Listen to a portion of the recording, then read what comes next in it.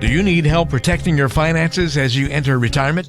David Dickens of KC Financial Advisors has got you covered. Welcome to the Cover Your Assets KC podcast. Well, hello and welcome to another edition of the Cover Your Assets KC podcast. I'm Walter Storholt alongside David Dickens, the president and wealth advisor at KC Financial Advisors, serving you throughout the Kansas City area with an office in Overland Park. You can find us online at coveryourassetskc.com. And David, a lot has happened since we last spoke. Yeah, you think? Just a few things. Yeah, I had a big election and a couple of called outcomes, and maybe still waiting around for the ultimate shoe to drop with the president saying he's good with it. But hey, some things take time, and it's been an exciting, interesting 2 weeks, I'll tell you that. Yeah, as we record today's episode, we're essentially 2 weeks out from that election day, and still some things, I guess, up in the air, but we'll find out how it all transpires here over the course of a couple of weeks, and we'll break it all down maybe once we get some actual conclusions from everything, David. I know that we'll maybe be able to break things down a little bit more fully of what to expect in 2021 and beyond. We've done a couple of episodes leading up to the election, talking about those different potentials and outcomes, and so it'll be interesting to see how that all plays out here at the end of the year. Yeah, and we've had a bunch of downloads of the podcast we did probably 4 weeks ago about how to position your portfolio, or maybe if taxes are going to go up if Biden is the president. And so we've purposely not done anything in the last couple of weeks related to the election because, frankly, it's still a little bit unclear. Some of the things we're going to talk about today regarding end-of-year money moves have to do with future taxes and election outcomes, but nothing really specific. And so if we have something that is particularly actionable regarding the election outcomes, then we'll do a podcast on that. Otherwise, we're going to try to, stick pretty close to home and talk about things we know about, and hopefully that's valuable to our listener. We tend to think about things certainly in long term, and so we can have those discussions, in any day, and we'll do so at the appropriate time. But you mentioned, David, the more timely thing is the fact that 2021, no matter what happens with all of the presidential conversations, the calendar is going to flip to 2021 come the end of December 31 of this year. So we can at least bank on that certainty, and every time we have the year coming to an end, it's always a great chance for us to check in with you and see, all right, well, what kind of end-of-year money moves do we want to make? And so that's going to be what today's show is dedicated toward. But my initial question for you before we get to the actual moves, David, is why? Why is the end of the year, other than just being kind of a nice round thing to, remind us, like changing the smoke detectors or something like that? And I think, what is it, the daylight savings time and then spring forward? That it's like supposed to be the reminder to change your batteries in your smoke detector. Why end of year? Why is that a good time to do this sort of like self-check of finances and make moves and that sort of thing? Well, so that's a super good question. The three things that we're going to talk about today are things that they have a deadline of December 31st. Now, we may do a podcast here in the next couple of weeks of things you want to, New Year's resolutions, financial New Year's resolutions, things that you want to kick off the new year with. But the three things we're going to talk about today, if you're going to do them, you have to do them before December 31st. And so that's why this is important. This was actually born out of a blog post we have on our website, which, if you're new to our podcast, that's coveryourassetskc.com. And so we have a blog post there, and it was called the same thing, End of Year Money Moves. And what we're going to do is dig a little bit deeper into three of those topics because it was such a popular blog post. Well, I look forward to that. So let's break down some of these end-of-year money moves. What's first on the agenda to dive into? Well, the first is, in all prior years, it would have been called tax loss harvesting. But this year, you get to bolt long-term capital gain harvesting onto that. So really, tax moves that you might want to make in your taxable investment account, not your IRA, not your 401k, because those don't have tax implications when you're making changes. So this is just in your taxable brokerage accounts. So tax loss harvesting, what happens is, that when you get around to filing your taxes next year for what happened in 2020, if you took losses in your portfolio, which is very possible if you sold some things after that massive downturn we had in February, March of this year. If you sold something, the example here that I want to put out is, let's say you had $100,000 invested in the ETF that mirrors the S&P 500, and its ticker symbol is SPY. And let's say in March, you sold it for about a 30% loss. And we're not going to cover it here, but you probably didn't sit there in cash. You probably reinvested it in something smart. But the topic of this is, what do you do with that $30,000 loss? So what happens is, if you don't have any other gains to offset that with, you don't get to use the entire $30,000 loss against your income this year. What happens is that it is capped, and you get to write that off in $3,000 increments each year for, say, the next 10 years. But what you want to be aware of is, in that taxable account, let's say that you did something really smart with that money. At the bottom of the market, you sold for that $30,000 loss. And instead of investing in the S&P 500, you switched it over to, let's say, the NASDAQ 100, the QQQ. Well, that thing has gone like a rocket ship since March 23rd, the bottom of the market.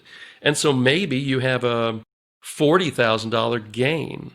What you can do right now, before December 31st, is to go in and do a partial sale of that new investment, that QQQ, what you invested the sales proceeds into. And you can match off that gain against the full $30,000 loss that you took last March. So that's a way to use up that gain all in this year.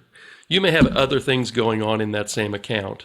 And so that's why we're not giving specific advice on this podcast, because we don't know your specific situation. But what you do want to do is look into those taxable accounts that you have, see what kind of losses you've accrued that you've realized, and look over the next couple of weeks to see, are there gains I can take in that same account that will help me use up those losses so that I don't carry them forward into future years, but I get to use them all up in this year. Some very, those are like some really good opportunities. This is not something small. Like, those are big moves to make and can have a big impact on somebody's plan if they make the right choices there. They absolutely can. And then the one little twist that I want to throw in here, we talked about it on a prior podcast, but one of President-elect Biden's plans is to increase the tax rate on long-term capital gains. And everybody listening to this podcast knows that a long-term capital gain is a gain that you take on something that you've owned for more than a year. So this is important if it happens, because right now, let's say in 2020, if you're in the 10 or the 12% tax bracket, long-term capital gains for you are taxed at 0. If your income is under roughly $500,000 for a joint income tax return, your long-term capital gains are taxed at 15%. If they're above $500,000, they're taxed at 20%. Mr. Biden's plan is to tax those at 35 or 37%. So there would be if we knew for sure that long-term capital gains rates were going up in 2021, there would be an absolute reason to harvest those long-term capital gains now, even if you don't have losses to pair against them. But take those gains and pay them at the much lower advantageous rate that exists in 2020. Here's the sticker. Since the Georgia Senate races have not, they have runoffs in January, and a Republican Senate is very unlikely to go along with this Biden plan. If both of those seats in Georgia go Democrat, then there's a pretty good chance that capital gains rates for people making over $400,000 a year are going up. If one of those seats stays Republican, then there's a pretty good chance that long-term capital gains rates won't go up. So here's how I would sum that up. That's why this is not advice on a podcast. But what it is that I want you to give this some thought about your specific situation. If you happen to have income of over $400,000, there's a pretty good chance that sometime in the next 1 or 2 or 3 or 4 years, the long-term capital gain rate is going to go up. And you would want to have in mind, what are your opportunities to harvest those gains, long-term capital gains, in the current year, such that you can pay a significantly lower tax rate. In this case, less than half of what you'll pay if and when the long-term capital gains rate goes up. That's a little bit wonky, but it's a really good opportunity for people with taxable investment accounts. If you have a taxable investment account, I'd encourage you to hit the rewind button on this and listen to this segment again, specifically as it relates to your taxable brokerage account. Definitely worth a review, and that'll be something we're definitely following up with once we get some confirmation, not only on the presidential race, but it sounds like we do indeed need to also keep our eyes on Georgia, as many people are already, to see what happens there and what that might mean for taxes in the future as well. All right, David, that's one big end-of-year money move we need to think about and consider. What about the second one? Well, the second one is related to gifting. And I get a lot of questions about gift tax. And 6 months ago, we probably did a podcast that related to gifting. But it's super important to understand this, that whatever gifts you give before December 31st, you can give up to $15,000 a year to anybody. And there's no tax to you or to them. And there's no reporting to the IRS of that gift. It's just a gift that you decide to give to anybody you want to, 15 grand or less, no gift tax. But I get the question, well, what if I give more than $15,000? Then the gift tax. I said, no. You still don't owe any tax, nor does the person who receives it. Let's say you give $20,000 to one of your kids. They don't have a tax on the extra $5,000 or on the $20,000. But what you have to do as the giver is file a form with the IRS with your tax returns. It's called Form 709. And all it does is say to the IRS, hey, I gave an extra $5,000 this year. And if at the end of my life I owe a state tax, then we're going to add that $5,000 back into it. So there's no gift tax involved in giving monies to your loved ones or frankly to anybody else you want to give, but there might be a reporting requirement. So let's say you want to give $25,000 to your kid. Well, you can give $15,000 to that kid, and your spouse, if you have one, could give $10,000 to that kid. And both of those require no reporting because each individual gift is under $15,000. So the reason I want to clear that up is there is no gift tax or gift tax reporting if you give somebody $15,000 or less in 2020. And that amount will probably be a little bit higher based on inflation next year. The other thing you can do is you can pay somebody's tuition, you can pay somebody's medical expenses, and it doesn't matter how much you pay for that. Somebody goes to Harvard or Stanford, and maybe the bill is $50,000. You can pay that, and there's no gift tax on that either, as long as you pay it directly to the school. Oh, that's you helpful. Can pay it's super helpful. It's a way where you can give away a lot of money without any estate tax, without any gift tax, without any calculations whatsoever. Let's say you know some people who have some big medical bills and you want to help them out. There's no gift tax involved in that either. As long as the money goes directly to the hospital or the doctor's office, you pay that bill directly and not give it to the person. So those are a couple of ideas on gifting. If you've been super successful over your life and you want to look to give away some money, there's a number of different ways that you can do it without paying any gift tax, without the receiver paying any gift tax. And a little bit of advice will take you a very long way in this area. Great points, David. And I think gifting is something that people definitely have questions about, and this is a great time of year to certainly review progress and opportunities. So very good thing to add to our list of end-of-year money moves. What about the third and final one on today's list? Well, this one won't surprise you, Walter, because you've often laughed at me as calling me like the Roth conversion guru or something. But that's right. But just your favorite topic, I would say. Well, it is one of my favorite topics because I'm convinced tax rates are going up in the future. So if you're going to do a Roth conversion in 2020, it has to be done before December 31st. You likely know if you want to make a Roth contribution or an IRA contribution, you can do that for 2020 all the way up until tax day next year. But a conversion has to happen before December 31st.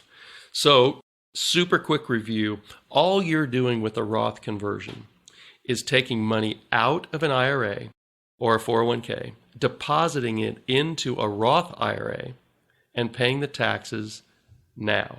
So I've got a couple clients that I think are pretty good examples of how this might work. But as a general rule, the best time that I've seen to do this type of Roth conversion is between your retirement date and age 72, because at age 72, you have required distributions that start. So first example, I have clients who don't need to, in particular, I'm thinking of one particular household, but they don't need to take money out of their 401k, their now IRA rollover. But at 72, they're going to be forced to start taking money out, required distributions. Those required distributions are going to force this couple into a higher tax bracket because they have a pension, they have 2 Social Securities, and now they're going to have to start taking money out of their IRAs. So that's going to force them into a permanently higher tax bracket, even if Congress does nothing. Even if Congress never raises their tax rates, their personal tax rate is going up when they turn 72. So they have a window of opportunity now, and what we're doing is a series of Roth conversions over the next 5 years where they're going to get money out of an IRA and put it into a tax-free Roth. That makes it tax-free forever. It makes the growth tax-free forever. And whoever inherits that money is going to get a tax-free pot of money for themselves. Example number 2. I have a client who retired, a couple, and they retired with virtually every penny of their savings in 401ks. Now, they'd done a really good job of savings. They pounded away at this 401k for years. And it ends up being enough money, well more than enough money to carry them through their retirement. However, they use that money to live on. The day after they retired, they started drawing money out of those IRA rollovers because they needed it to supplement their Social Security income. So they don't have an opportunity to do Roth conversions. It doesn't make sense for them to do that because they're already using that money pre-72, pre-age 72. They're already using those IRA withdrawals to live on. So Roth conversions can be super important to your retirement plan. And it can be really important to the people who are going to inherit your money, if that's a thing for you, if you care about that. But it has to be planned, and there are usually ways to sequence these Roth conversions such that you manage your tax liability along the way. And once you get to age 72, when you're locked in to required distributions, the plan would be to have a big pot of tax-free money that you've already paid the taxes on at a lower tax rate than you're going to pay once you get to be age 72. So that's number 3. We've got tax loss and long-term capital gains harvesting. We've got some good opportunities for gifting and Roth conversions. One of my favorite topics because I'm convinced tax rates are going higher in the future. You're either the Roth conversion wizard or the king of Roths. I don't know. We can brainstorm a good name to brand around you there, David. We have to get a good logo to go with that, too. Yeah. Absolutely. We could certainly do that. You could wear a little crown. It'd be perfect. Good fit for you. Yeah, let's only take this so far. That's right. We'll do a characterized version of you, so it's a little bit more playful and not like we're crowning you king necessarily. But I like it. No, it's fantastic. Those are all really good end-of-year money moves. So there you have it. These are things that you need to think about and work on here at the end of the year. I'm sure over the last couple of minutes you've heard a few things that you know that you might need to think about and work on. And if that's indeed the case, let me tell you how you can get in touch with David and ask him your financial, your retirement planning, your Roth conversion questions, perhaps. You can get in touch a couple of different ways by calling 913-317-1414. Again, 913-317-1414. Or by going online to coveryourassetskc.com. You can get in touch with us through the website and tap into lots of great information there. coveryourassetskc.com. And David, you left off the fourth and final end of year money move, and that's to just kiss goodbye to 2020 and be done with this crazy year, right? To a better and more stable 2021, hopefully. If I had a drink in front of me, I'd be drinking to that, Walter. I've never been one of those guys of, this year, let's let it be over. But this year I'm on board. I'm on board with everybody. So it's going to be one for the memory books. I know that. That's very true. It'll be interesting to see how 2020 is written in history in the years to come. But no doubt about it. Some still good things, some positive things, and some things to think about here at the end of the year when it comes to your finances and retirement. David, thanks for the help, and we'll be back on tap with another episode next week. I'll look forward to that. Thanks, Walter. Very good. Thank you, David. Again, if you have any questions, check the show notes of today's episode. We'll have links in there to get in touch and where you can find David and ask those questions that might be on your mind. Until next time, thanks for joining us, and we'll talk to you on Cover Your Assets KC soon. Thanks for joining us. Investment advisory services offered through Brookstone Capital Management, LLC, BCM, a registered investment advisor. BCM and KC Financial Advisors are independent of each other.